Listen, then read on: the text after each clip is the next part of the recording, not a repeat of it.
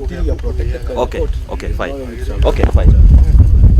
Nĩ mĩaka ĩkoretwo ĩrĩ ya ngucanio na kĩeha. Elizabeth Wangari ũrĩa nĩwe nyina wa Evelyn Muthoni ũrĩa Kuratuika watunyũkithirio moko-inĩ make nĩ ũrĩa warĩ muthuri wake na ithe wa mwana ũyũ na ndaigana kũmuona rĩngĩ ona thengia wa ngucanio ĩrĩa yatĩmĩire igoti-inĩ.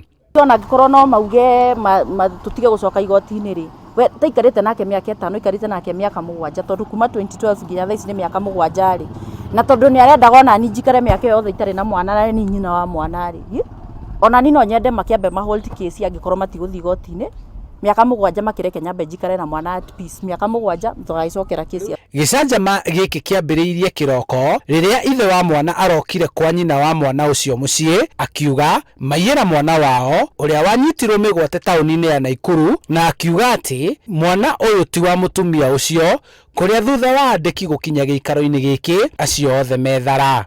Akidrive gari agĩtiga kururia nyina amũrekania thĩ. So ikinya rĩrĩa yarĩ ho tondu kuria maikaraga tutingĩahotire ku access mucii uria my sister ikaraga thutha wa gutigana na muthuri wake.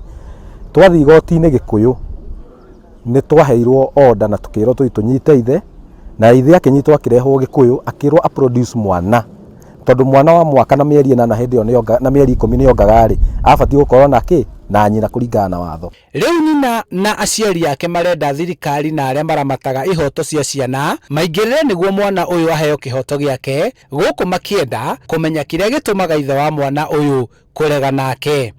Kabururi uyu gutari watho wa ciana mwana wenda kona right yake tondu mwana ni munini ri no arutwo kwe nyina o uguo arutwo uguo awe atwarirwo mami unginerwo o niwe mami wanyu na ndiremetwo ni kumurera tondu mwana areretwo nyina ni ucio ungi na mwana arauga ati nginya birth certificate ni acenjirio igikirwo nyina ucio ungi.